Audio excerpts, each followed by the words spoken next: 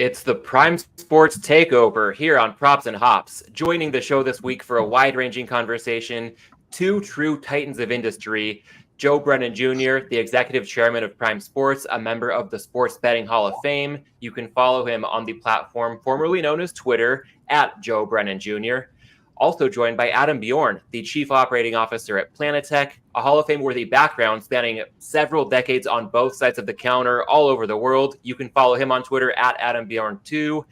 Guys, we've done this a time or two on Prime Suspects, our weekly podcast taking people behind the counter of Prime Sports. Welcome to the party here on Props and Hops. And I guess on the most proper possible way to kick it off, I see that you've both got beverages in hand. Joe, let's kick it off with you. Liberally defining the props and the hops here. I'm not seeing either right there, but it looks like something nice in that glass nevertheless. This is Redbreast, the cheap shit, the 12-year Irish whiskey. So it's my go-to thing. All right, well, it is 5 o'clock somewhere. It's 2 p.m. Pacific for me, shortly after 2 p.m. on a Tuesday afternoon, but it is indeed happy hour in your neck of the woods. And Adam, I think on the hoppier side of things, you might have something that fits the bill as well. I do. Now, if we're doing this and I was in Jamaica, I'd pull out the Red Stripe. And I did happen to find a lovely DR beer in the Presidente. But what I am going to crack open is a full 1 liter Imperial local Costa Rican that I think I'll struggle to finish within a full hour of this. I hope. Part of me hopes there's something left in that glass before we're done. Part of me would love to see if you finish this where the answers to some questions might lead us later on in this conversation. He's being modest. We'll see if we can He's being modest. If there's one of the great truisms in life, it's never get into a drinking contest with an Australian. They're like freaks of nature. They've got 2 livers, 3 bladders. I mean, it's because they're all descended from Irish criminals. I'll bet you he goes back and sends somebody out for another one of those before we hit the half-hour mark. All right, well, I am here with a modest 16-ounce can of a Mexican lager. It's called Greenhouse Mexican Lager. Joe, since sometimes you refer to Prime as the Circa of the East or Circa as the Prime of the West, we've heard this on Prime Suspects, I believe. Yes. I don't think I'm divulging anything privileged there. This one comes out of Evil Twin Brewing in New York City. So go figure, I'm in Southern California going with the Mexican lager produced out of New York. But for those of you in New York City who don't yet have access to Prime in your state, maybe cross a bridge, check out what Prime's got cooking in New Jersey, and we'll get to plenty more of what Prime has to offer over the course of this conversation. Guys, before we go any further, let me crack this open. It's great to have you on the show. Cheers. Sláinte. All right. And as we get ready to dive in further here, also want to thank everybody who's joining us live across YouTube and Twitter. Feel free to jump in the chat with any questions or comments, and we'll look to weave that into the show where possible. Guys, to kick things off, I know that both of your stories are pretty well known across much of the gambling space, but for the unacquainted, for those who could perhaps use a bit of a refresher, Joe, I'd love to start with you, just getting a brief overview in your own words when it comes to your background in betting. I mean, I'm not the betting bookie that Adam was, but I first started betting all the way back in grade school, Catholic grade school. The first time I bet one of the white parlay tickets, lost my milk money for the week and was hooked. Fast forward for our purposes, when I really got involved was in the final couple of years of my time at AOL Time Warner. We were starting to look at other ways to expand the business. We were a global company at the time. This was really when, like, the late 90s, early 2000s, when online gambling, online sports betting first started to take off. And since we had the UK and the European division, I said, why don't we look to jump into that business? In the end, they declined to do it, but it kind of put the hook in me. It was something that, a lifelong sports fan, lifelong athlete, everything like that. I guess it's one more way for me to try and continue to hang on to the water wagon, even though I wasn't able to compete or coach anymore, but still stay with sports. And when I left, really the first thing, the first opportunity I have, since it was illegal here in the United States, except in Vegas, was to work on the legalization front. So started in November 2008 in New Jersey, working at the head of that lobbying effort and also that litigation effort. We were the first lead plaintiff in a lawsuit to overturn PASPA that was eventually taken over by Governor Christie. And in the meantime, passed a law in New Jersey, had the statewide vote to amend the state constitution to allow for sports betting. And the rest is history as of May 2018. I'll definitely want to dive a bit into that PASPA repeal journey in a few moments. But Adam, would also love early on in this conversation to get your brief overview when it comes to quite a storied history in betting on your side as well. Yeah, I'll keep it to the short version. Pretty much the furthest I can date back bets is probably to being 10 years old. And then had a big win on the Australian Cup. It was either 86 or 88 on 100 plus one shot. And I guess from then on, I was hooked, played the marbles through school, used to bet Saturday morning before I'd play football. And then got on the other side of the counter pretty much straight out of high school. In Australia, there was one state that was legal there. So I moved up there for completely different purposes. Saw an opportunity as a junior ticket writer. So pretty much I've started from the gutters to where I am now in this industry. Sort of earned a bit of a reputation in Australia as a sniper because I'd learned the internet was, new mid-90s. We were late to the party and could get information across the world better than what a lot of others did. So I really took advantage of having people in the US, the UK. And then I got into the cricket, we've sort of been doing that and spent time with some Indian bookmakers. And, then I think it was 2000, I emailed 150 sports books around the world.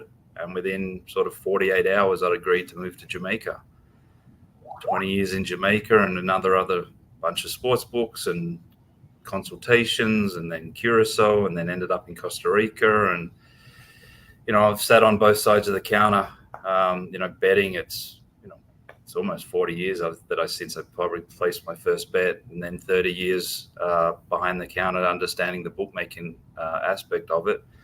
And then the last 4 or 5 years trying to build the piece in the middle, which is ultimately the hardest part of this, the regulation, the compliance, the technology, and all those aspects of it. But understanding the back end and the front end is trying to build that frictionless experience in the middle, which I don't think there's any such thing as frictionless software and experiences in that sense. And then, the opportunity come to sort of, see what was happening in the US. I had some offshore background experience from early 2000s. And, it was just an opportunity to try and, again, go after a market that I know very well and sort of try and do it a little differently than everybody else.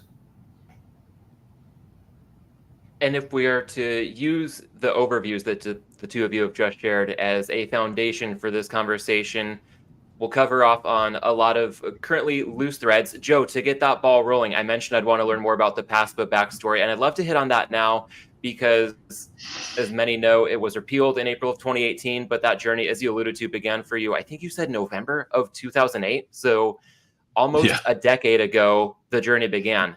Walk us through in a bit more detail the initial thought process and any of the most noteworthy twists and turns in your mind when it comes to the last 15 and a half years. Oh, geez. I mean, I'll keep it brief because I got to leave something for the book that I'm supposed to be working on. But no, I mean, oh, there we go. Yeah, right. Hey, there's a preview, right? No, for a while we were kicking around in the middle 2000s about there was a lot of activity regarding, it was mostly negative activity about making any kind of online gaming illegal, especially here in Washington, D.C. You had some really great taglines like "Click 'em out, lose your house," things like that. Shout out to Senator John Kyle, formerly of Arizona. But I came out of like Web 1.0, right? I already mentioned AOL back when that meant something. But there, that was early on, and you had folks had like AOL, Yahoo, another ancient name, MSN, another ancient name, Google, somewhat fresher, where people were kind of coalescing around this idea about digital civil liberties that, just because an activity occurred online, it didn't make it in any way inherently illegal. You should be able to do online whatever you do offline legally. And so there's this big press on a variety of topics for moving for legalization and regulation. And I gravitated towards sports for the reasons I mentioned before. Growing up in Philly, sports betting is such a common thing.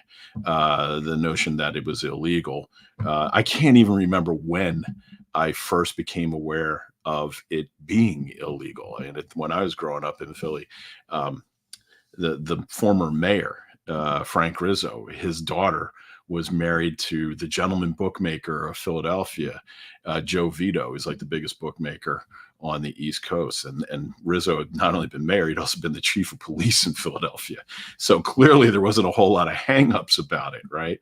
But just in looking at the activity, it was legalized overseas. Obviously, it's fairly popular here. I mean, all through school, like I was the guy running like the basketball pool and things like that in my dorm and all, and seeing how it was being done so well, so professionally, it really had an attraction for me. I really wanted to be part of that. And everything seemed exciting then, the early 2000s, the way the brands were being marketed, the way they were growing.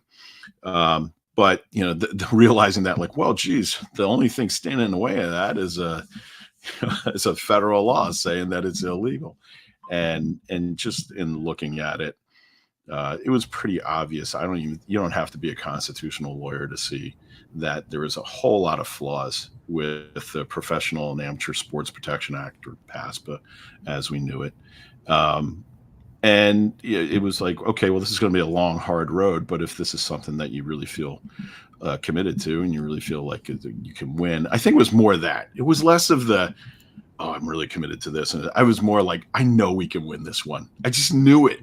And so, how, twists and turns that brought us to Senator Ray Lesniak in his district office in Elizabeth, New Jersey. And the reason being is that Senator Lesniak had made news the year before, first introducing a bill in the New Jersey legislature to legalize sports betting. His two main drivers were that Atlantic City, which was kind of on its ass because of the growth of regional casinos, needed something to kind of re-stimulate growth there. And then also a friend of his who he had known for a long time wound up doing hard time because of just betting on basketball. And the Senator Lesniak was kind of incredulous that something that was so common in North Jersey was something that was dealt with so harshly by the law.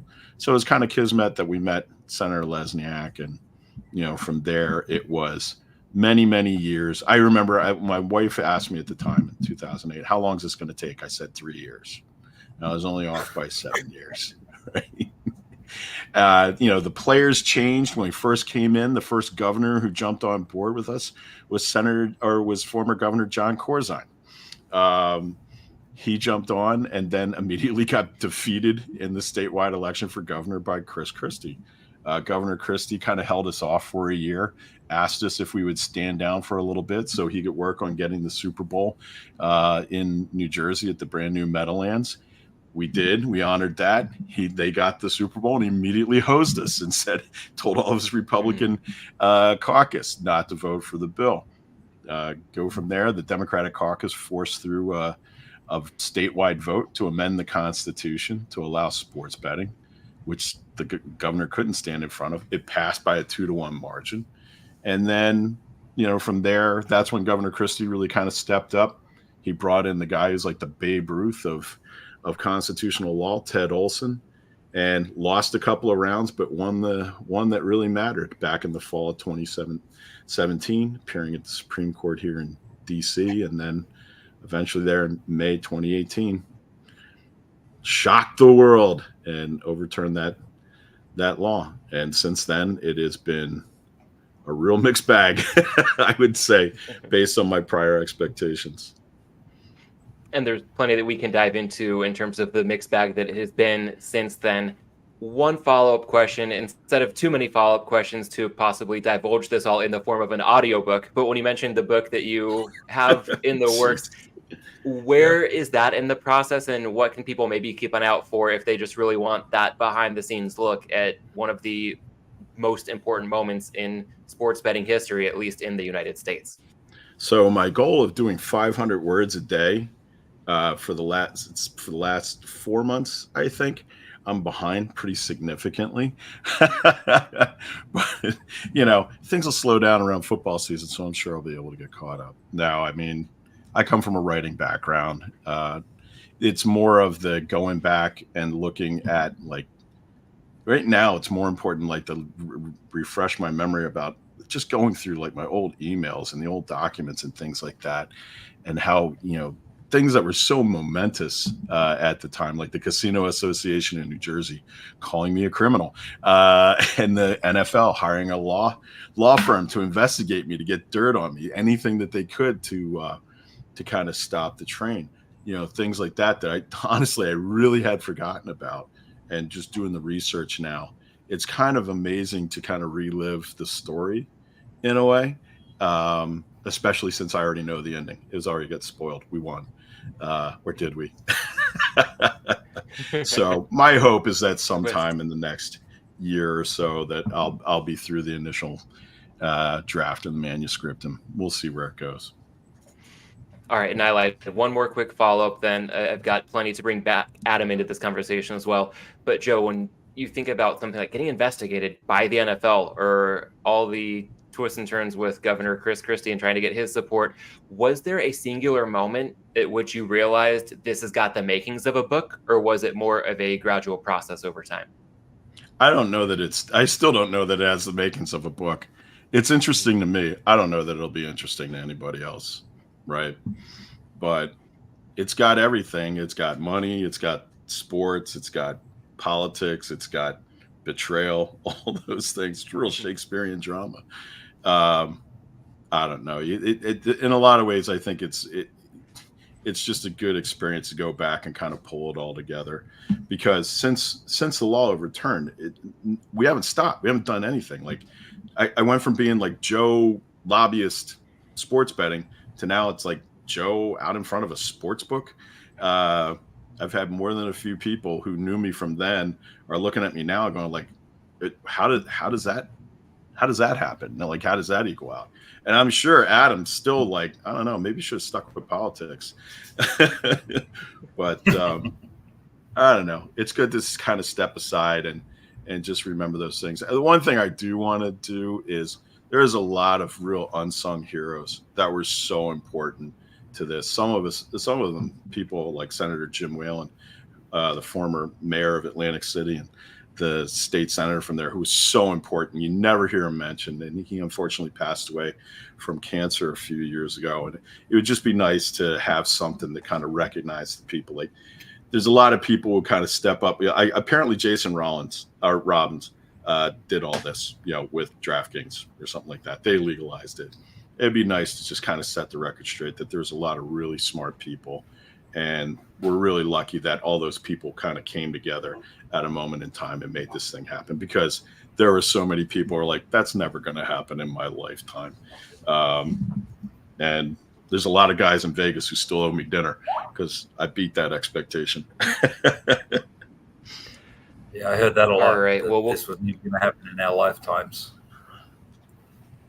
Well, and Adam, there's probably a lot, Adam, that you've experienced in your lifetime that people wouldn't have thought to be feasible in several lifetimes in this space. So I'd love to do a bit of a deep dive into your background as well.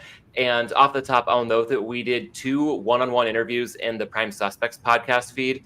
So I do recommend those conversations for more on your unique background and the unparalleled insights that you can bring to the table from a betting perspective, as well as your experience on the other side of the counter. But I guess to tee this up, through our interactions with Prime Suspects, I've gotten the sense more recently that you've changed your mind on a few topics, and that could include things like the American bettors' appetites for education, as well as maybe even more recently, the pros and cons of buying or selling picks. I'm wondering if you could describe your perspective today on one or both of those topics compared to just a couple years ago, thinking of things that might not have changed significantly in anybody's lifetime. It seems like evolving opinions as you've gotten more information in these areas has kind of driven you to the path that you're on today. Yeah, so on the the American bettor, I mean, I've seen American bettors for over 20 years now, and generally, I knew of tout, so the sort of the darker side of tout service for a long time, where again, American bettors, they just wanted the answer and they would bet anything that they were given. It wasn't really a homework game. Whereas growing up for me, and I think most Europeans and that, they were doing a lot of data long before Americans were doing data. A lot of the write-ups on sporting events and previews was being done in a lot more depth, out of the Sporting Life UK and the Australian onthepunt.com.au, and all these different things were popping up. But I think that created from a horse racing background where, again, Friday you'd get the form for Saturday races and you'd read it all. You'd read, the times, whether they were a front-running horse, whether they were coming off the lead, off the pace and things like that. So I think that's just the culture variation of where we come from. Again, 10 horse fields, 20 horse fields, things like this. And when US sports sort of first hit Australia, and it was kind of, we were $1.85 or minus 116, 117 on all sports. And then the US sports sort of infiltrated at the minus 110. And then sort of the Australian sports moved to the $1.90, and then even eventually to $1.91 to sort of match that minus 110.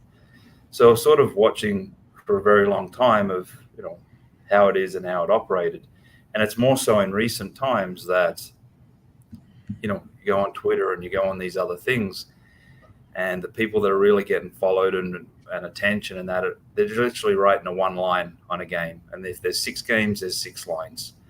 And I've sort of seen what Unabated and Spank Odds and a few of these other things have tried to do. And it really doesn't seem to be registering with the masses like it does in most other countries when they're, doing a little bit of homework or have a little bit of knowledge on it. And I can guarantee the American public, betting public, don't have the knowledge that they may think they have without, doing some research and things like that.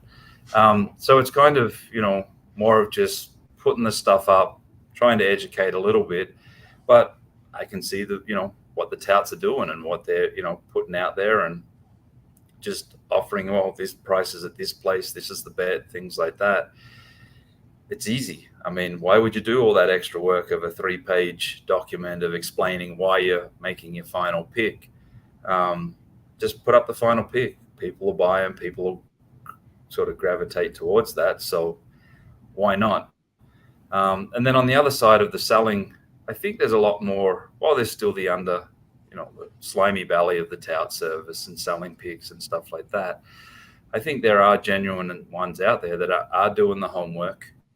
For me, it's always been, if I put up an offer or put something out there, it's not going to exist because generally I've bet it. Now, if I put it out on an NFL game with limits and, I'm not moving those numbers necessarily. So maybe there's an, opportunity to put some of that stuff out. The number will hold and people can get it. But generally for me, if a tout's true, worth is that they've already bet it, it's already gone. And maybe they start offering stuff at a lower price, but still recording that because they have such a big edge for what their bet was. There's still a little edge left over and they can sort of push that out. So ultimately, I think there is, one, that's what the public want. And it's kind of, it's not necessarily the world we want to live in, but it's the world it is. And just laying it out for what it is. And again, we have the Vegas Daves on the world. I know everyone likes to sort of gravitate towards him on the bad side of it. And then you have a lot of others that put stuff out and, again, trying to genuinely win. And they're doing it on sports. American sports are generally the ones that their numbers are efficient. They hold. It's not, I was about to say cricket, but cricket's volume is big. But it's not Academy Awards. It's not player props. It's not these things that quickly disappear. There's a lot of stuff that you can have. I have access to markets that no one else that generally follows these podcasts or Twitter or anything else have access to. So I can sort of, I slipped in a couple on the cricket live stream that I was doing the other night because I just bet some tennis. So I sort of said, I bet plus 160. I showed Prime, they were plus 147, still some value. The guy won. And another one that was at like minus 135 on Prime, I'd gotten minus 120. So I think if they sort of sell it like that as well as I bet this, but this is still value, there's ways to do it in that manner. And then, the third one that I actually tipped at the time was Ruud to win the French Open. And I just noticed he got a walkover against Djokovic. So now suddenly he's no longer 10-1 and he's a lot shorter. So there's things that, I was very much, yes, against the mindset of selling picks or whatnot. So I'd rather just give the stuff away, because if someone can learn something from it, or I say a number and they've got a little place that they can get bigger numbers and things, like, go get it, good on you, sort of make the most of it. But I don't record my stats. I think I'm probably a 30% lifetime hitter, because again, I'm backing Super Bowls. San Francisco, I backed them when they were 40s to win the World Series one year. Birdstone, who I actually got to meet a few weeks ago, at 83-1 to win the Belmont in 2004. Like, that's how I've lived and breathed off those kind of things. Of, when I first went and met Chris, walked in the office there, it was kind of, they pulled up the account and I just nailed the Jensen Button thing when he'd won the F1 series at 80-1 and 25-1 the Constructors Championships. I'm not trying to hit 54%. I've got no interest in hitting 54% to make money. To me, that's hard work. So I've always played this very much differently. And, if I was going to sell picks, that's what I'm going to be selling as well. So you've got to be buyer beware. You might win one out of every 20 kind of thing. So I think as long as people are also presenting that, explaining the math behind it, then, good luck to everyone. I'm sort of beyond worrying what other people think about anything these days. So I think the tout services should somewhat be the same way, and they probably are. That's why they do it. So that's kind of just the evolution of, I guess it comes with age, maturity, and just sort of what the fuck. I mean, it is what it is, and everyone should do what they want to do, because ultimately I've pretty much done what I wanted to do for 30 years. Never really been told to do anything else, or even on a day-to-day operations or anything being told what to do. I wish that for everyone, particularly that's something that I sell to my kids all the time. Along those same lines, how would you describe your approach to keeping an open mind and evolving as you get new information, compared to staying true to your core values and beliefs? Say that one again, the last bit. Sure. So when it comes to keeping an open mind, evolving over time, your pick up on what the American bettors may want or not want when it comes to education, the polarizing topic like buying or selling picks. What's your approach to keeping your mind open, but also understanding based on your experience and your own disposition, at the same time, a semblance of perhaps staying true to your core beliefs every step of the way? Yeah. So, I mean, I still believe that, again, on the bookmaking side, everyone should be able to bet as a customer, at least a fair limit. Whether that fair limit's $50 on some, low-end player prop, or $10,000 on an NFL game, all those kind of things. I still believe what I believe. Ultimately, I'm always going to be a sports book, maybe with a casino attached, rather than trying to be a casino with a sports book attached. All those big casinos, I'd be happy to take their sports book business and just do it with the way I believed that, I've done it for a very long time. It's very hard work. I'm learning more and more that as you go into different markets and you're competing against, big box stores, it's very hard work. And then to make it less hard work, the idea is you've got to evolve and you've got to know your customers. You've got to know the surroundings. You've got to not be judgmental on the way people do things. You've just got to accept it is what it is and sort of embrace it and make adjustments to your game to be able to compete and win ultimately. So it's very much just, sort of forgetting everything that's sort of crammed into your head and the way that you believe in certain things, but still following those, whether it's morals or principles or things like that, but also adjusting those a little bit to being a little bit more freer and open-minded to just accepting certain things for what they are. There is no competitors in the market to us. There is no, in a sense of no one that we're there competing with.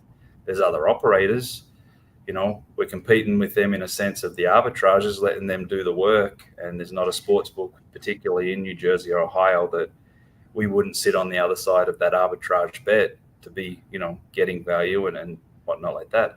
But we're not looking at DraftKings or even Circa. We will hopefully be head to head with them in Kentucky at some point soon. It's all different. The player is different. There's abundance out there. It's just get in there. As I've said before, it's a hospitality business. Serve the player, do the right thing by them, and hopefully you build a business. You touched on the difficulty of building a sports book and getting into this side of the business, and I'd love to use that as a way to transition into the Prime Sports origin story. Open question to both of you. I guess whoever wants to jump in first. How did the two of you meet, and what were your first impressions of each other?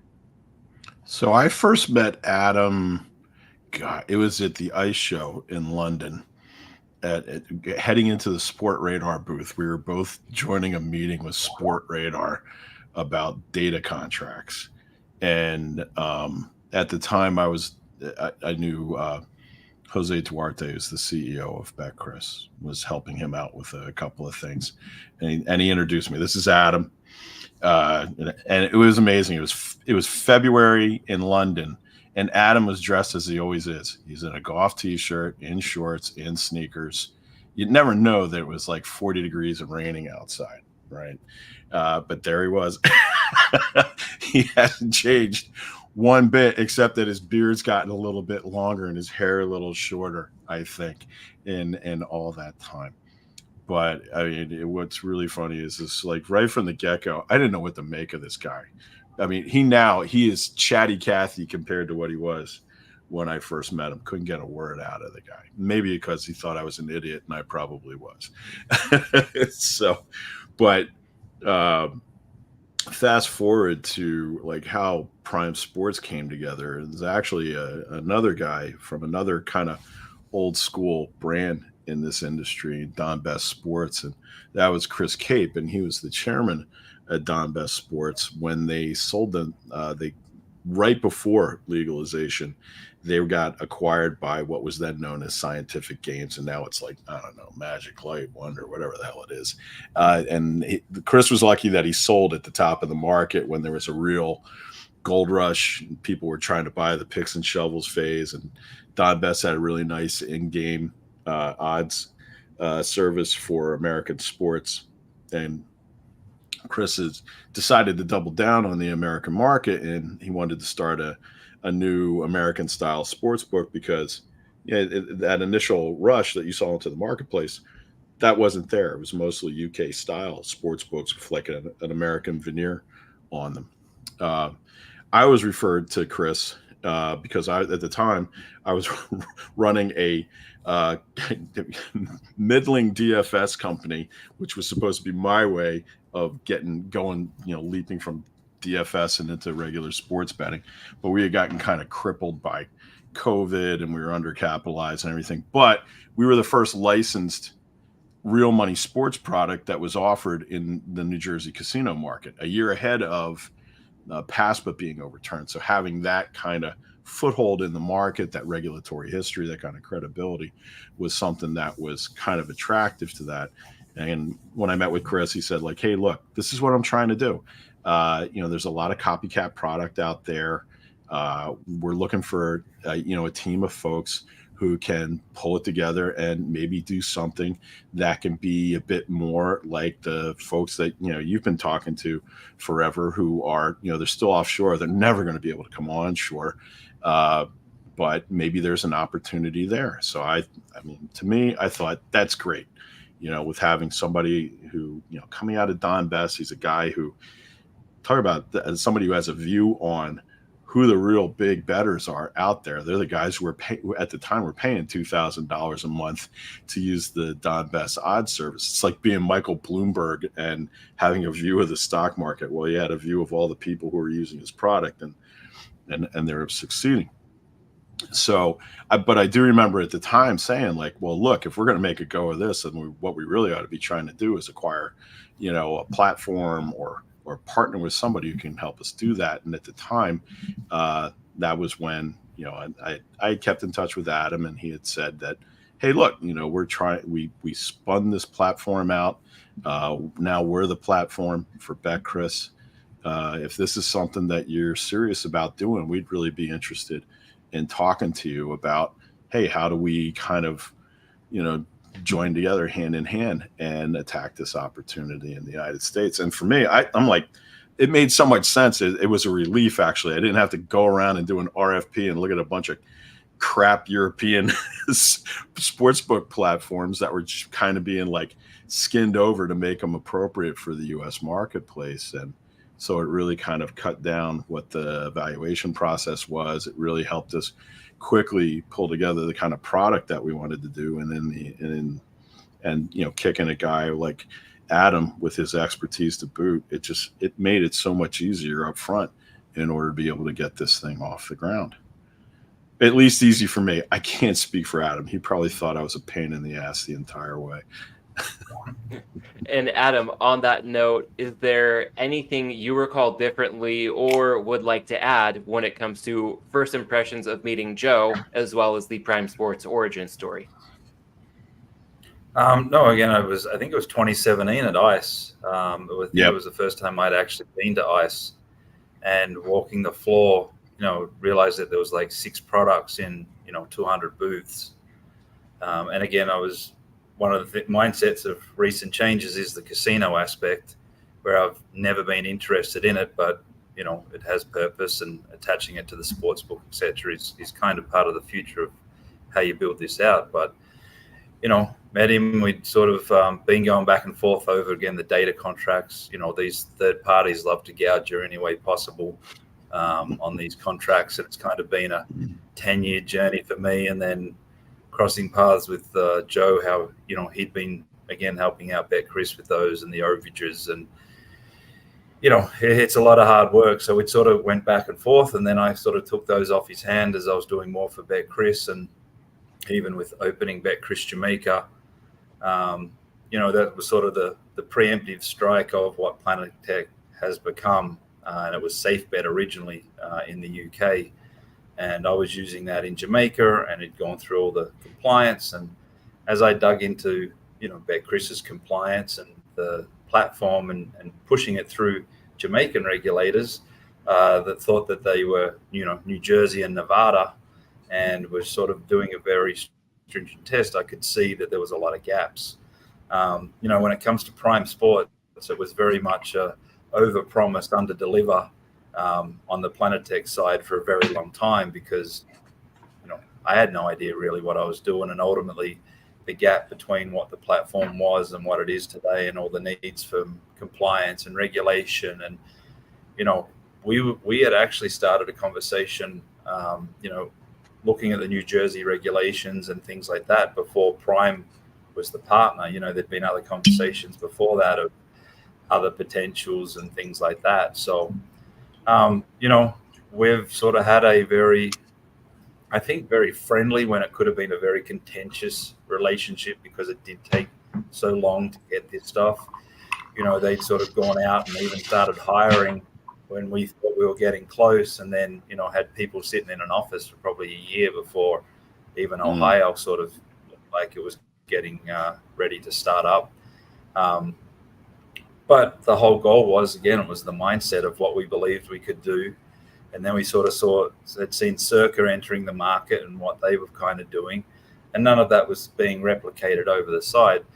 The best thing that probably happened to this point was we were late to the party.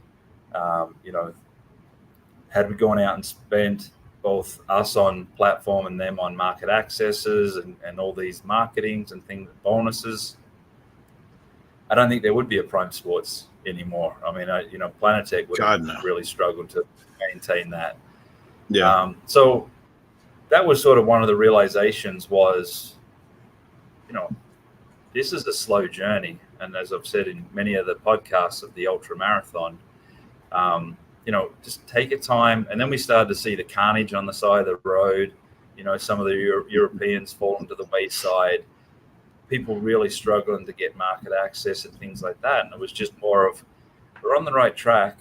It's going to take time, and it's okay that it's going to take time, because ultimately this is 2026, as soon as that World Cup had been announced, was also one of my main targets, because we also had Bet Chris, and I've now been with them for 3 World Cups, and I just see the significant, volumes and that they do in those events, that the idea should be to be able to replicate it in the American market. Again, it hasn't necessarily transitioned as close to what I thought it would be. A lot more work. The players are a little different, and you've got some big competitors. When I was dealing in offshore business, I was kind of in, one of the top ones with the Greek in Jamaica.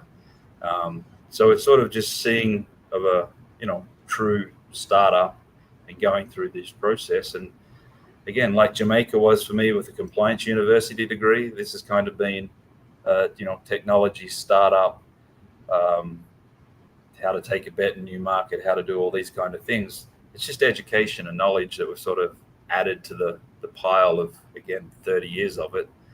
And we are where we are today. And, I think they'll higher numbers, volume-wise, shows that we're drawing volume.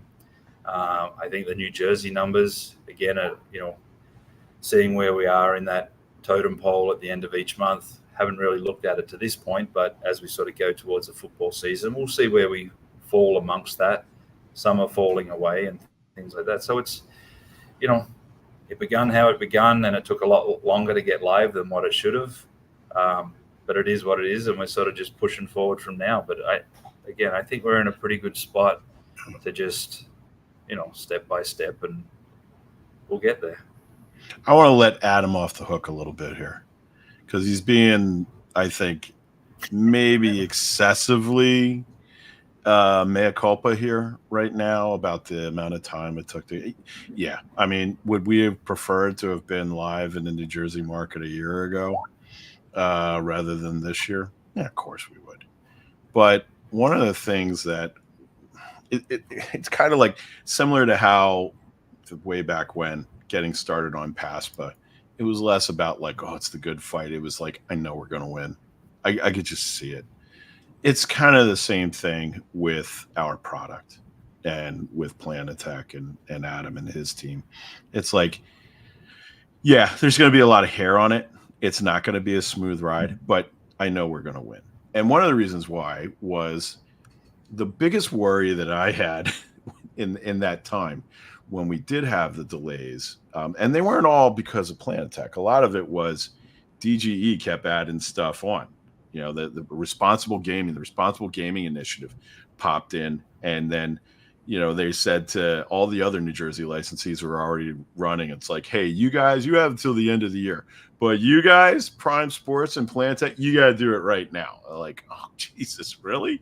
So they threw us a couple of curveballs that weren't anticipated. It wasn't like we couldn't get the original product to market.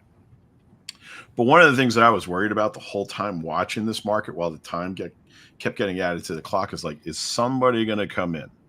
Is another brand that's kind of like what we want to be, who we want to serve? Are they going to come in? They're going to jump into the market before we did. I mean, all respect to the Circa guys, but, similar to how everybody talks about how Prime Sports is the Circa of the East. Well, they're the Prime Sports of the West. The furthest east they've come is Kentucky. We'll see if they get any further east than that. But that was always my biggest concern. And in that entire added year of waiting to get to market, it's great that my dog picks now to start barking. Nobody jumped in. Nobody jumped in. And I was like, and we heard rumors of this group or that group or this professional guy, like this world biggest gambler or something like that. And they never did. And so, when we finally did launch in Ohio the second week of September, I just felt great. I'm like, yeah, it took a lot more time and money to get here than we are, but we're exactly where we are, where we need to be at exactly the right time. And it was when other sports books were starting to crap out. And you've seen it. You've seen the body count since the NFL season was over. everybody from like Betfred, they're pulling back, Betway, they're pulling back, 888, they're giving up. You have a lot of people that they've thrown in the towel, or they're only going to retreat to states where they're either currently has online casino, or there might be a decent chance online casino, because that's what they really want. But we're really the only pure bookmaker that's out there right now. Even Circa, they can do what they do because they got a building full of penny slots sitting behind them to backstop their bankroll. But we're the only ones out there, in the win, reduced juice, all of that. And the reason why we're able to do that is the confidence that we do have in that product, in Adam's team, in all of that. And you know what? We're going to hang on to that, because I really do think, even though like Super Bowl, we had a bad month, all that stuff, early knocks, we have everything it takes to succeed in the segment and with the players that we've said from the get-go we want to target. So while I really do appreciate my hetero life mate from Australia being so humble about, how hard it was and everything like that, it was definitely worth waiting for the whole time. But hurry up and get some more stuff out. Joe, you touched on one thing I was going to follow up on, and we can still maybe dig a bit deeper. When you mentioned Prime kind of being the only book positioned as it is, and you said that there's a lot of confidence in Adam's team, a lot of reason you have to believe that where you are now is where you need to be for the path forward. Looking a bit at that path forward, Prime is currently operating in Ohio and New Jersey. Kentucky is hopefully coming soon. And for the unacquainted, Prime is a book known to take all comers. Everybody's welcome there. You might not find the, let's say, expansiveness of a menu like you might at a DraftKings or FanDuel, but you will find plenty of offerings, and you're not going to get limited if you win. So there's a pretty key value proposition there. And at the same time, when it comes to being the only one in Prime's unique position, part of me thinks that could be a huge advantage. That could also be a red flag in the sense to play devil's advocate of, well, maybe others have tried, or maybe there's a reason that nobody else is in that position. So thinking about the path forward, is there anything else, Joe, that you just said, or Adam, that you have in mind that really helps to shine a positive light on the path forward for Prime? I'll say this. So we've done zero marketing. Okay. None. And, we're just behind, one of the biggest casino brands on the planet in Hard Rock, in Ohio. I mean, we're like a couple bucks off of them towards the end of the football season. And the reason why is all the Sharpie guys, all the syndicates, all the smart guys, the toughest bettors on the planet, they found us. They're going to find you. You could be under a rock in the middle of Thailand somewhere, and if you open up, there's going to be a sharp guy waiting to get down with you. So we haven't even begun to top what the potential audience is going to be. So the only guys we have betting with us are the friggin' piranha of the world, and it's a draw. It's actually better than a draw right now. So every month that we finish with like $1 over, like in the black with our handle, to me, it's parade time, right? So, because these are the guys who supposedly they're just going to rob you blind. These are the guys who have got Jason Robbins, Amy Howe, all those folks over there at Fan Kings saying, like, we got to get rid of anybody who puts together a couple of wins or anything like that, because they're just going to kill our profitability. And then you've got little no account Prime Sports over here with like the whoever heard of Planet Tech guys, right? And we're fighting the sharps to better than a draw right now. And we're only getting started. We're still kind of fine tuning the knobs, everything from reduced juice to what markets we're going to add. And right now, Adam's trying to bankrupt the company with Cricket World Cup with 4-cent spreads. And oh my God, it's just, we're like throwing everything out there. But, it's a great experiment because it's all focused on the players, right? You don't hear us out there trying to win the PR race. We're like, oh, well, we signed this partnership with this team and this league with this amount of signage, and we're like, all that stuff's horseshit. We're focused on the players. When we lose money, we lose it to the players. We're not losing it to an ad network. or a league that we're sponsoring or something like that. And we know that those players are going to play that money back to us. We know that right now, small sample size, yes, but everybody thinks that we've got the absolute best service in the industry. Like the fact that people say, like, I've had guys who I've had arguments with, like they've heard me in the office, screaming matches with a couple of these pros where they disagree with me on this or that and everything like that. And they get to the end of it and then they say, yeah, well, you guys are still, I mean, you treat us better than anybody else in the industry. So thanks a lot. And, I'm sticking with you. I'll keep playing with you. That, I mean, if we can do it, I don't know why these guys with billions of dollars of public money can't do it. And I just love every month that we finish $1 above in the black against like the toughest bettors, at least in America. I think A, parade, and B, it's got to put pressure on those people over there to keep telling everybody, either they're telling the market or by not showing up at certain regulatory meetings and answering questions about it.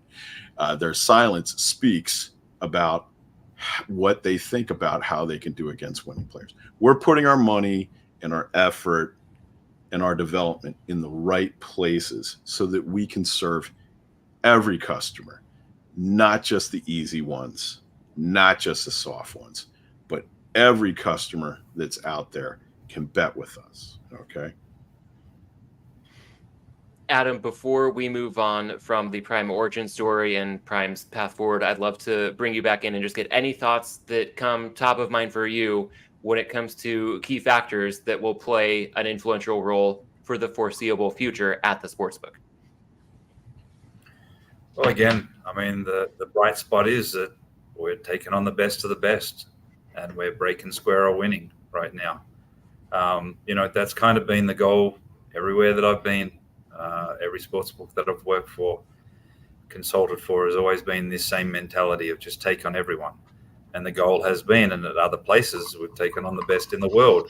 And the goal is you break square with them and then the rest of it's gravy, because ultimately you sharpen that number, as good as a chef's knife, that then anyone coming in and falling behind them is, you're going to beat them.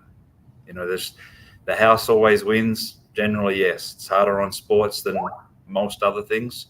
But if you have the liquidity and the number of players, yes, you'll win.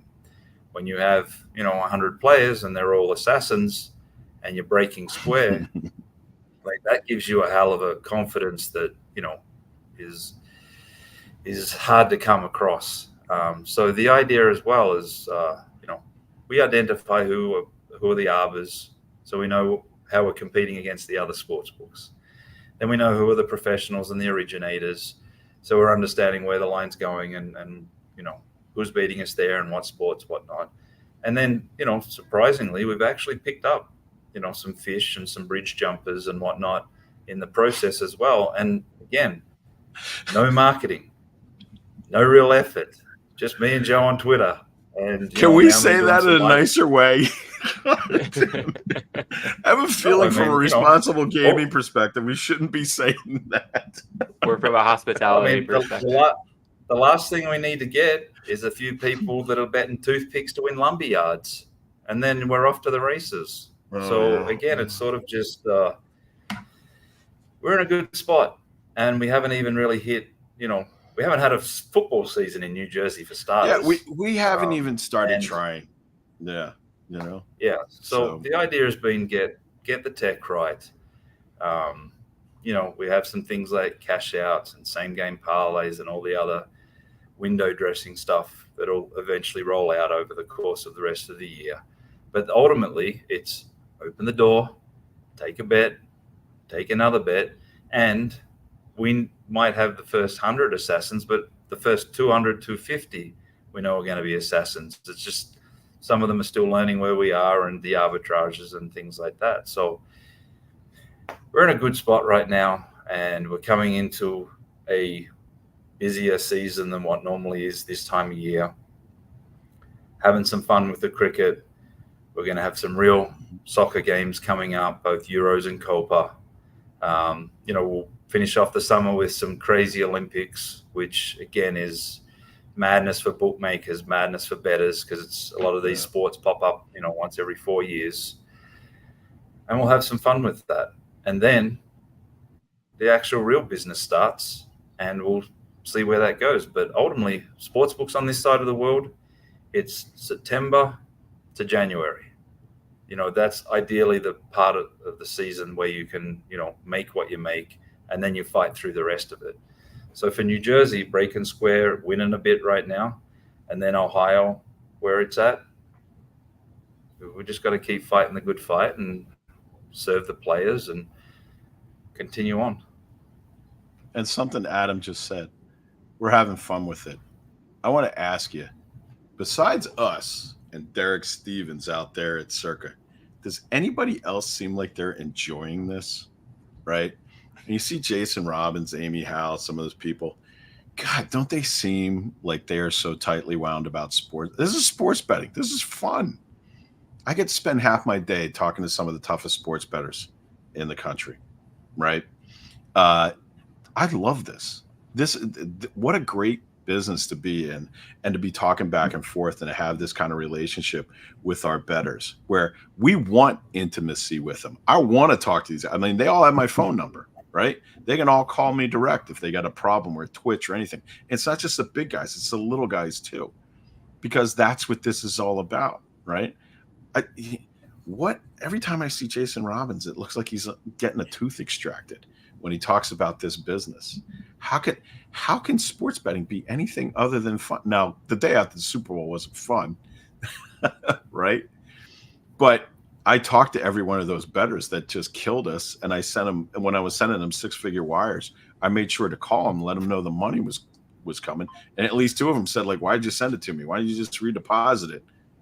I'm going to play it," But this is such a great industry, and Adam's point about this being a hospitality and I think that's why we really have an opportunity here. The more and more distance those guys try and put between themselves and their players because they're technology companies or they want to be technology companies. And we're humble about this. We're here to make you happy. This is a service and hospitality thing, and if there's a way that we can make you happy that we're not currently working on, please let us know. Okay. But this is fantastic. I love this. This was worth the 10 years fighting the freaking Supreme Court on, right? Well, Joe, you touched on the industry at large, and I'd love to spend some time diving in there as well. It's clear over the course of this conversation and to people who have caught you elsewhere on other platforms, both of you, not shy when it comes to expressing opinions. And when it comes to the current sports betting landscape in the U.S., how would you identify, let's say, the biggest threat and the biggest opportunity? The biggest threat to the industry right now, I think, is the backlash that we're going through, where everybody who is on our side, when I say on our side, I mean the industry side, a couple of years ago, and that included the leagues as they were jumping on the bandwagon, right? And the states and everybody else who wanted to cash in on the industry going live is now kind of on the backs of responsible gaming, some of the scandals with players betting or players interpreters betting, things like that, have really started to lean in on us.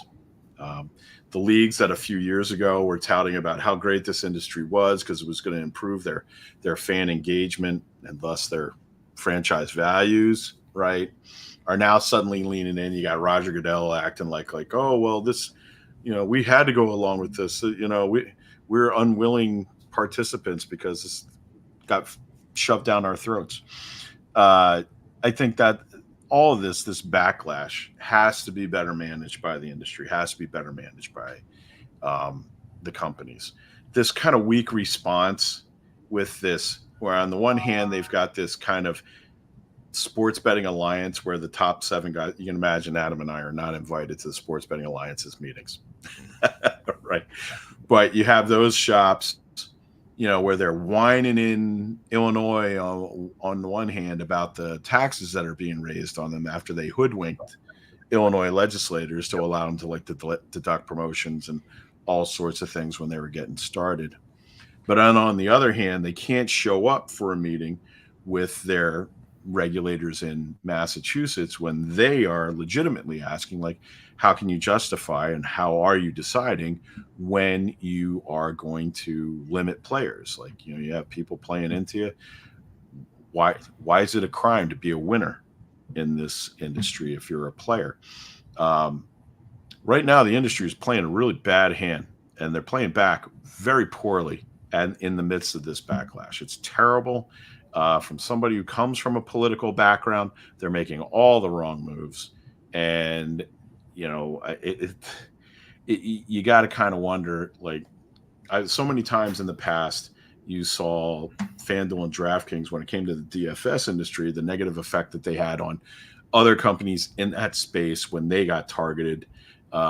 Is this going to be history repeating itself, that they do a bad job of responding to all these different challenges in these different state houses, and they wind up, somehow because of their size and their scale, they'll survive, but they make it harder on the rest of us, or they bring discredit to the industry.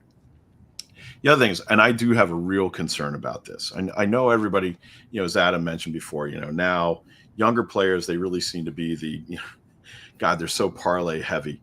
Bet a toothpick, win a lumberyard kind of guys. That at a certain point, people will stop banging their head against the wall.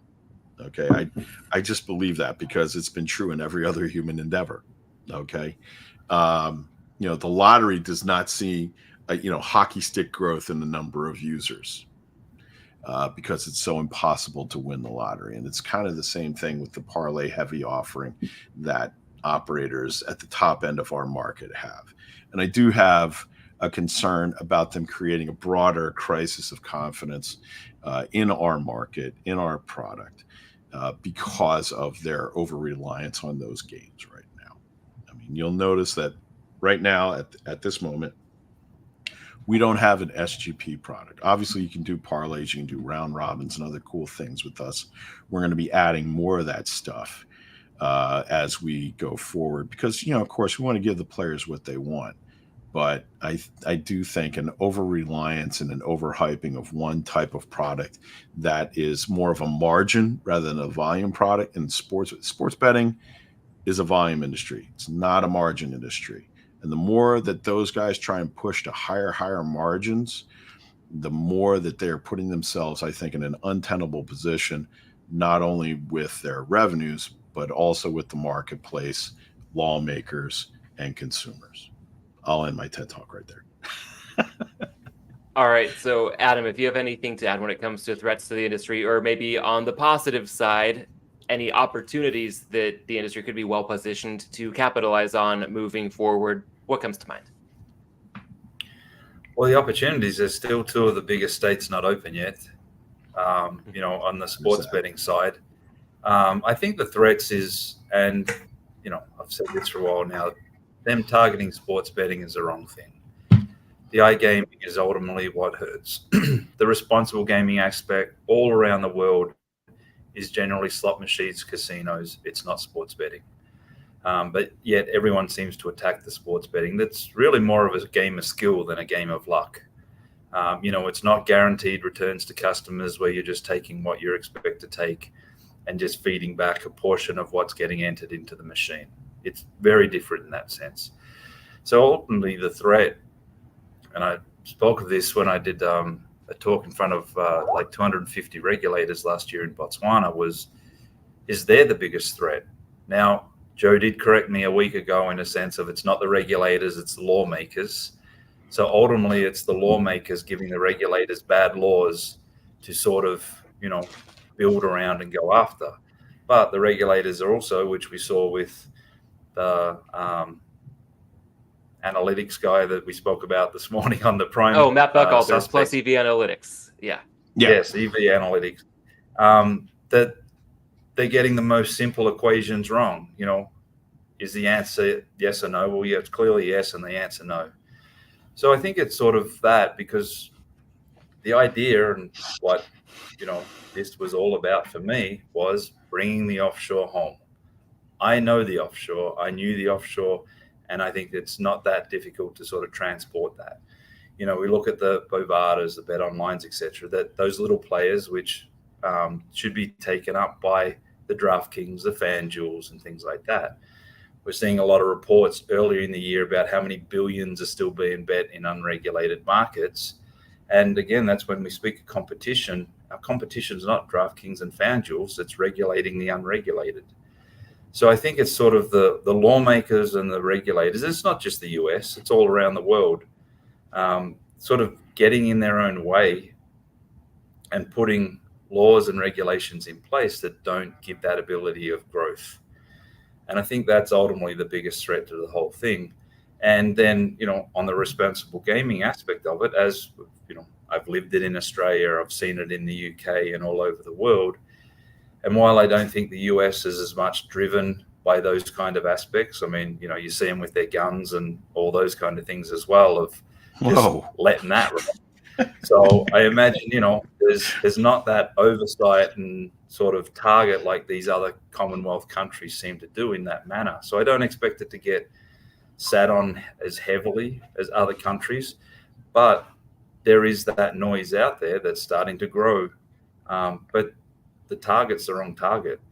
And if you go back and in Illinois, for example, and some of these other states, go back and calculate how much money was not paid in taxes because of the bonuses that were given to players and that they were allowed to subtract from their taxes. And then they probably wouldn't have needed to raise these taxes to, crazy percentages. So ultimately, just because they were hoodwinked, but they ultimately made the wrong decision and the mistake in the beginning, and now they're trying to overcorrect it, all they're doing is give an opportunity for the unregulated market to have a longer lifespan. When all this happened, 6 years ago, I thought maybe 5 years. I'm thinking unregulated markets probably have 20 years now, maybe longer, because the regulators and the lawmakers, I'll include them in this every time I say the regulators from now on, are making these errors in judgment, and also generally being led by people that don't understand the business and the inner workings of how this works globally. Not just the US, but globally, in a sense of how to combat and build an industry that can grow and compete on its own merits rather than try and shut down, the other aspects of it. Yeah, I got to agree with that. Like, you have too many people that have tried to be too clever in the legislative and the regulatory process to try and gain certain competitive advantages, whatever it is, the bonuses and things like that. And what they're seeing now is it's all coming home to roost. And it's better to kind of deal straight and to approach these things with the perspective of like, look, it's more important that we do the entire piece properly. Let's talk about the industry, the players, all those things first. And then once we've established the ground rules, then we can all compete. And there's been too many people who have been trying to kind of cynically leverage this process to create competitive advantages so they don't have to compete as much after the fact. And, when you see what's happened in Illinois and Ohio and other places, this is what happens when you try and be too clever. And there's nobody that the big brands have right now that are clever enough to outsmart the legislative market here in the United States for, permanently. They might win one minor battle, but you see what happens. And they're now starting to lose the war. The only thing I can say about that might be positive, it's a great opportunity for us to kind of step in and say, hey, we've been here before, we've seen this, and there's a better way of doing things. There's a better vision for this. And in the end, it'll be better for the states from a consumer protection and a revenue perspective, and better for the industry because you won't have to spend all this money trying to do all this bullshit, trying to hold out players. You just open up and you take bets. Guys, before we dive into two pillars of the podcast to wrap things up for today, I know we've covered some good ground on your backgrounds, the Prime Sports origin story, the sports betting industry at large. Any glaring omissions on my part? Anything I haven't brought up that you think warrants a part of this conversation? All No, I right, think I you will pretty take much that. covered it all. Why is Adam? I've only seen Adam drink like 3 or 4 times. There we go. I mean, All I'm right. beginning to think he's spent too much time in Look, Jamaica and lost his It's Australian. just dregs left. There's not much left on it. It's a full liter. That's what I'm talking about, brother. I told you. His whole like, oh, I'm not even going to finish it. You're Australian, buddy. Embrace it. All right, there we go. I was going to say I'll take the silence as a sign of a job well done. But on that note, with an easy transition from those most recent remarks, Joe, let's get into the hops. And Joe, we will start with you because, as I've learned, you kind of refuse to drink beer, but I did run it up the chain and secure a special exemption to still allow you on this podcast. Really, on a more serious note, my point of view is that one. Oh shit. Yes, yeah. So I go back for round 2 not too long ago. So hope it's treating you well. Yeah, my point of view is that there's a time and place for just about everything, beer and otherwise. So I'd love to take a moment and turn it over to you to tell us about your penchant for whiskey. Oh no, I just, you know what? It's easy. I grew up. I got tired of making 20 trips to the bathroom when I was going to a bar and hanging out with people and everything like that. It was like in my late 20s when I was a certified mixologist from the Philadelphia School of Bartending. Was when I first started to take, drinking, the small guys, as we said, more seriously. Jameson's, Tullamore's, things like that. I'm not one of these guys who's like, it's funny. People are now ruining bourbon and whiskey the way they ruined cigars and wine and other things by making it a little too bougie for my taste. I just think like, good glass. I have it on the rocks. Anybody who wants to differ with me and say, oh, that's not the proper way to drink it, you should drink it neat. Like, I don't like drinking anything hot or room temperature. I like cold stuff. So, but it's just much more efficient, dignified, and manly when you have a glass of whiskey instead of getting into this can competition, which is, and that I think that's something that at the same time I was transitioning to good stuff from the bubble, like from the fizzy stuff, was when, first of all, everything turned into IPA. Like I still, to this day, I'm like, why? Anytime I do drink beer, it's either lager or heavier, right? Matter of fact, you got to talk to this guy about his recent embrace of Yingling, Yingling lager. Oh, there we go. Oh yeah, right. But it's just more of a, the other thing is, if I want to sit down and I want to have a glass or 2 or 3, at the end of the day, it's just more efficient doing it whiskey wise. So I prefer the Irish stuff, but I also, there's a couple of local distilleries here, particularly Catoctin Creek. Shout out to those guys, which make a very nice rye whiskey. It's interesting though, when you really dig deep behind all of this, you find out this whole bottle craze, bourbon craze, and everything. Like, most of it is being distilled by one company in Indiana, and then it's being rebottled elsewhere. So yeah, so the bourbon craze has turned into like the IPA, who makes a prettier can craze, right? But what I will say is this: a few months back, Adam and I were having a discussion about this, because look, consumers want what they want. There's no sense me sitting there saying like, you guys are crazy, just drink the old school stuff. People, it's all about just having fun. It was a great quote I heard some time back, and it was attributed to the master distiller of Jack Daniels. And he said, the right way to drink whiskey is the way you like to drink whiskey. So let's lose all the pretense and it's got to be like this or that or anything like that. So if you like getting Woodford Reserve bottle drops and Bullet bottle drops and things like that at your local liquor store, great. Hey, that's a great hobby.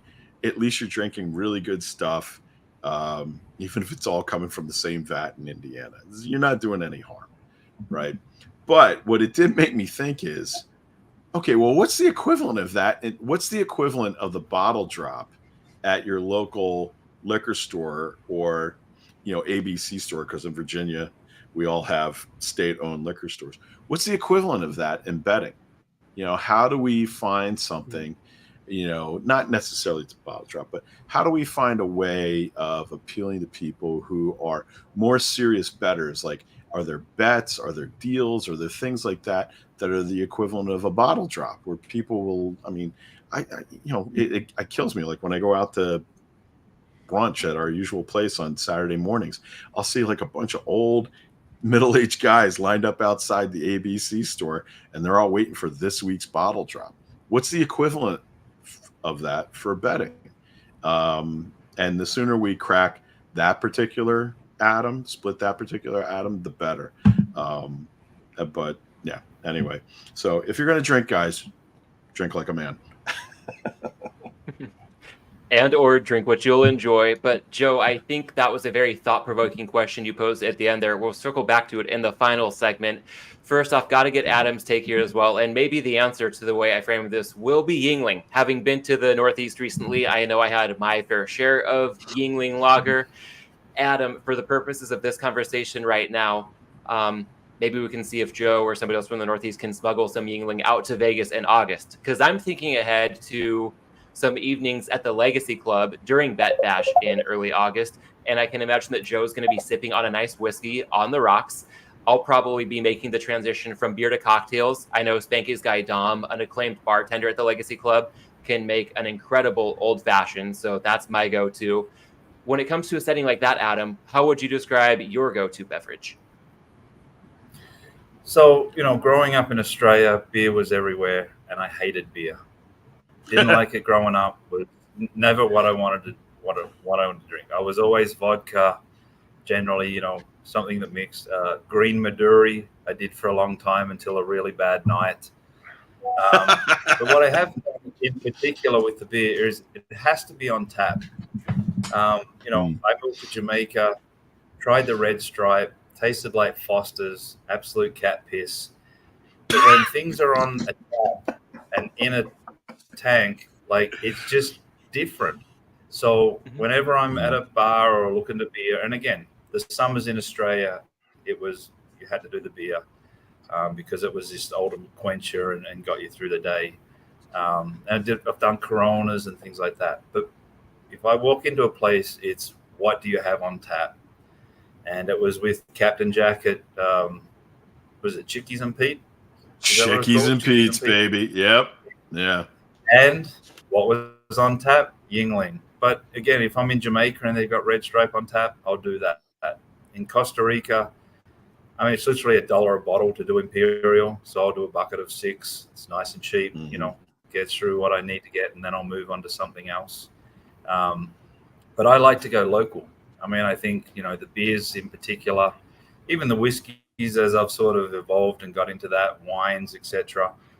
It's just going for, tell me what your best thing on tap is that's local. And that's generally, if I'm, traveling around or whatever else, I'll generally ask, the server, the bartender, whatever else, just, I think there was one recently, I was in Vegas, actually.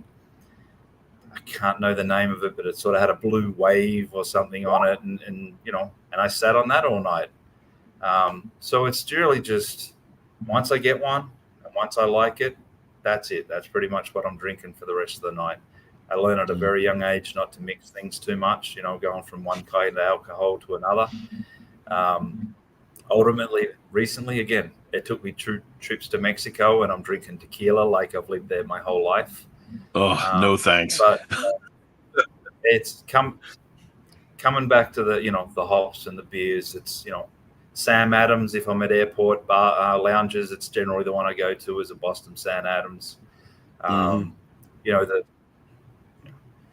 American generally has piss poor beer when it comes to the. He's always got to turn us into like this is why America is shit. So, So when I met Yuengling, it was like, holy shit, America's actually, on top of the Sam Adams and that, made some real beers. So, if I'm in the US, the first thing I ask is, do you have a Yuengling?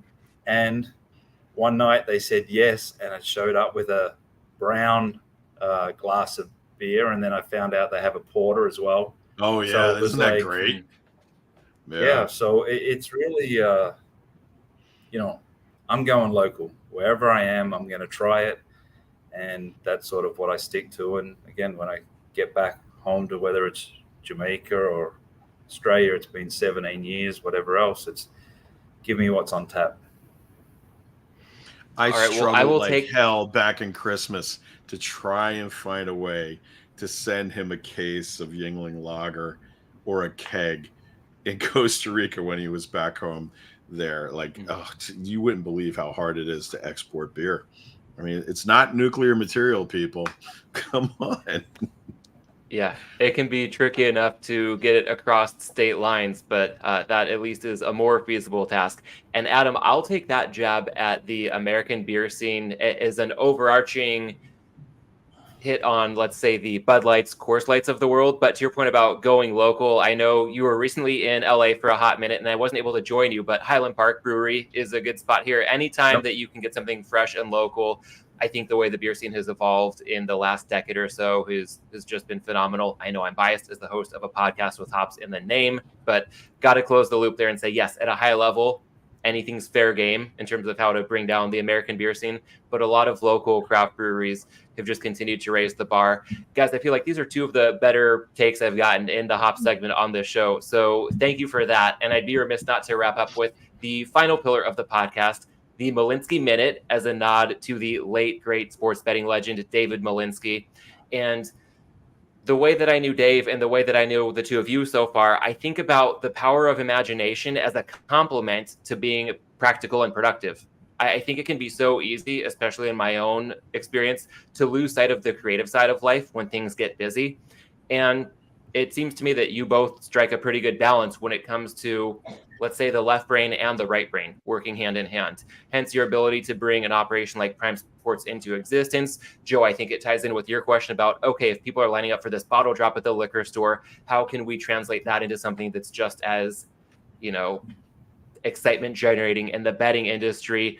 I wonder, just to even have the thought to ask a question like that, let alone dig in and find a suitable answer, how would you say that you navigate the hustle and bustle of daily life while still taking time to see the forest from the trees? It's funny. Like, I know, like, a good example is Google. They have their 20% rule where 20% of your day or 20% of your time of your week is to think about your passion project or something like that. I don't think it has to be anywhere near as mechanical about that. You have to always be open to change. We talked earlier, like, about, Adam and his openness to, the American market and, his thoughts about touts and things like that and how it's evolved, and how do you maintain your open-mindedness of this? It's,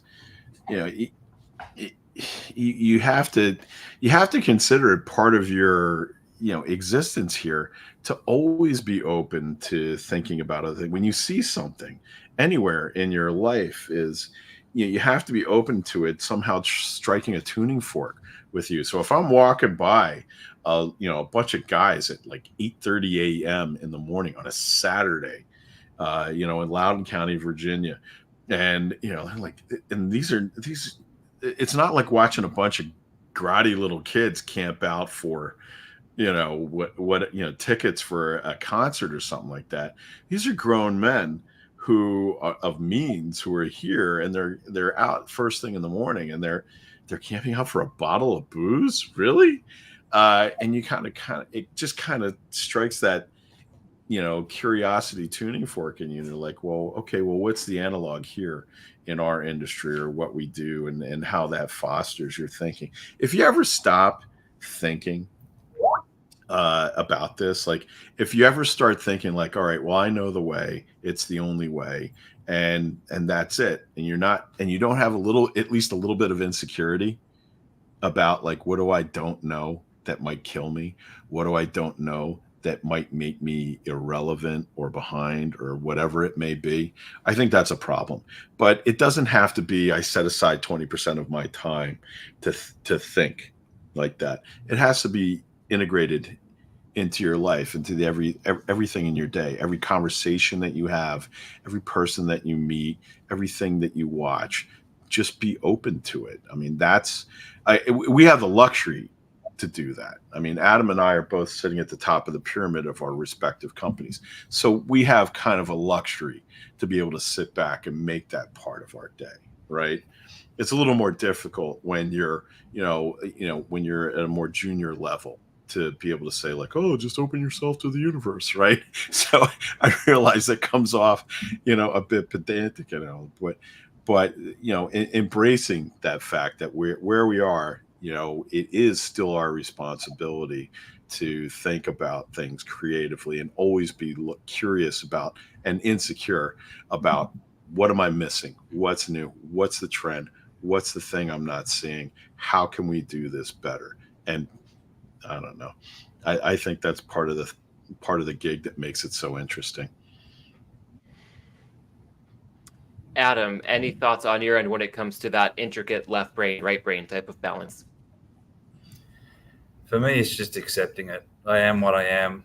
I've said it for quite a while that sports betting is what I am. It's what I do. It's my livelihood. I have no work-life balance aspirations. I just like working. On the top of the pyramid thing, when it comes to business and that, I turn that thing upside down, and I'm a funnel, and I'm at the bottom of it, and I've got to support everybody else, that's within the organization, and try and, make all their lives better rather than worrying about my own somewhat. And when it comes to the sports betting aspect, that's why I just want to give it away. I want to give away the 30 years that I've experienced, in a sense of letting others take, whatever I can give to others to sort of have a more, purpose-filled life, in a sense of literally, I mean, from teenager to the day I turned 18 to 3 or 4 months later, I've literally watched sports, horse racing, gambled, drunk, traveled. Like, when you look at it backwards like that, and you just think, I've never really worked a day in my life. I've reaped out of this industry more than what I probably deserve.